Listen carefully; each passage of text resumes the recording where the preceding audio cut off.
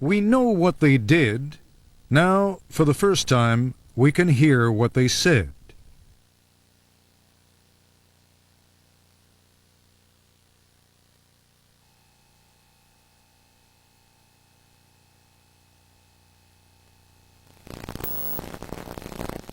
After all we've heard, all we've seen, should there be a limit to what people can say?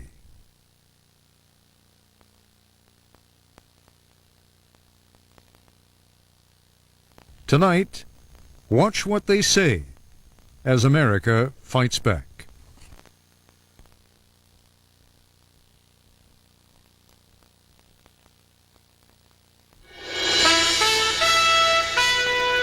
From ABC News,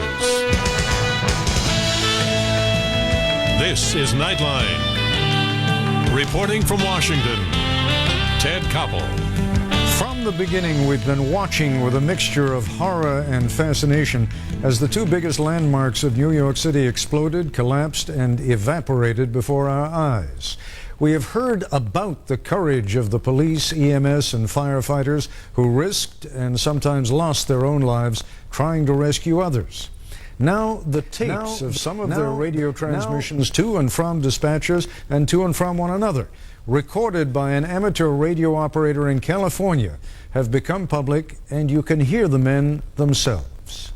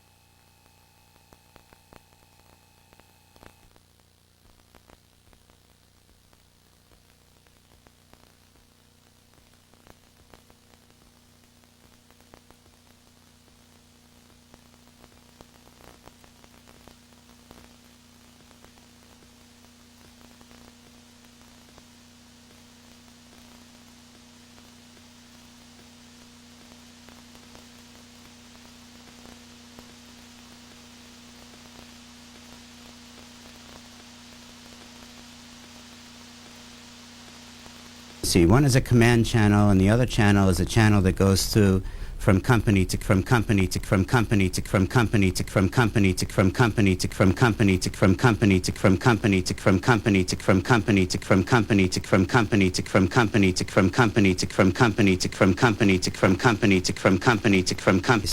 So some of the other men then don't know what is actually going on because they're not on that command channel.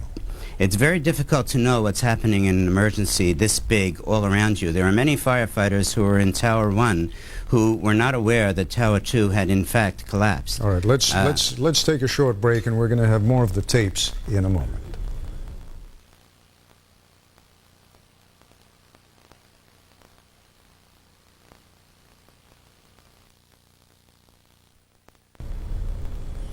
Once more, the police and fire dispatch tapes from September 11. After the collapse of the second World Trade Center tower, fire alarm dispatcher John Lightsey works to move firefighters to help Fire Captain Alfredo Fuentes, who's trapped under debris on the west side of Tower 1. Yeah, we need some relief here. This is Captain Ford. There's a couple other members here. Are you trapped, Cap?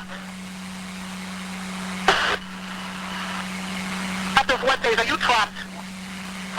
M4. Mobile Command, Manhattan. Go ahead, Mobile Command. What units do you have at Broadway and Beasley at this time? Oh, no, okay. We're not sure. We're gonna have to send, so you have to send somebody over there. Also, be advised that we're in radio contact with Captain Fuentes and his people. They are trapped. He's trying to give me a location, but he's unable to. All right, 10-4, like I said, Chief Blake is on his way up with members. He's trying to get into them now. As soon as Mobile Command sent the 10, we're going to head out to Broadway and Beasley, okay? 10-4, calling Captain Fuentes. All units standby. Calling Captain Fuentes. Is this Captain Fuentes?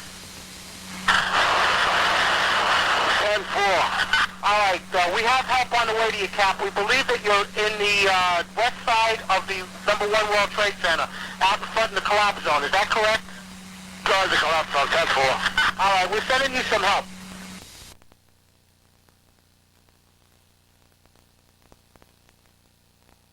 He's on the mend. Over 300 firefighters and more than 50 police officers never made it out. They were trapped in the vast area of destruction. Be advised we have units trapped in the train station, Park Place on the 2 and 3 line, Park Place 2 and 3, and we also have officers trapped Chambers Street on the ESC line, on the Eddie and Charlie line. We have officers trapped. John Ray, those trap officers. All right, officers out on Rector Trinity Place. You on here? All right, let me just tell you where we're getting calls from. We got Rector Trinity. We got a building collapse with officers possibly trapped in the train station. And so Rector Street and Trinity Place.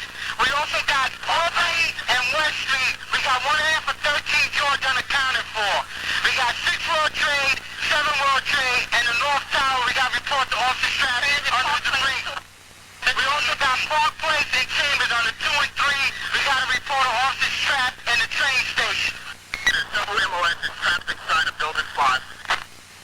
Sergeant, where at, Sarge? In the basement. In the basement. On the ground level and the basement level. We can only into this Spruce and Park Row if possible. Spruce and Park Row. Alright, 10-4.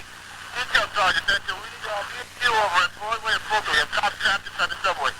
Broadway and Fulton, King? We have cops trapped inside the subway. We can't do something down there. Alright, that's a 10-4. And we're back once again with retired New York City firefighter Dennis Smith, who was at Ground Zero on September 11th. You and I are sitting in a nice quiet place. I find I have a hell of a hard time understanding that radio. I can just imagine what it must be like when you're trapped under rubble. You've got all the panic of the moment. There's smoke, there's fire. Don't we have better radios than that? Well, you know, it's very difficult in the World Trade Center to begin with. The radio communications under the best conditions are not very good because of the amount of concrete from floor to floor in that building. It's important to remember that here in this emergency, there were 9 or 10 buildings fully inflamed, and it was not just the 2 collapsed towers that were burning. You know, there was a hotel there was number 4 and number 5. World Trade Center number 7, which was a 47-story building, was fully involved in flame. Across on the other side of Liberty Street, there were 3 buildings completely involved in flame.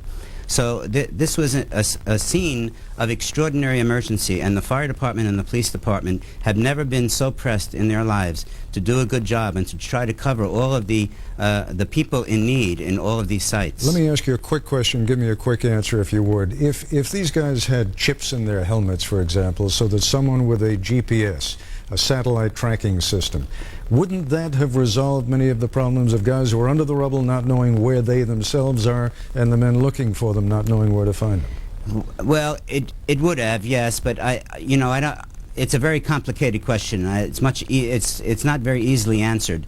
There were so many firefighters caught in this collapse, and don't forget we only brought out 10 or 11. But why can't just as a matter of course every firefighter in his helmet have a chip like that? Well, I think that they should, and they could be tracked by satellite, as you know, and it's a question of money. Perhaps now the Federal Emergency Management Agency will see that these chips are put into the firefighter's uniform. All right, Dennis Smith, thanks very much indeed. When we come back, our other focus, political dissent at a time of crisis.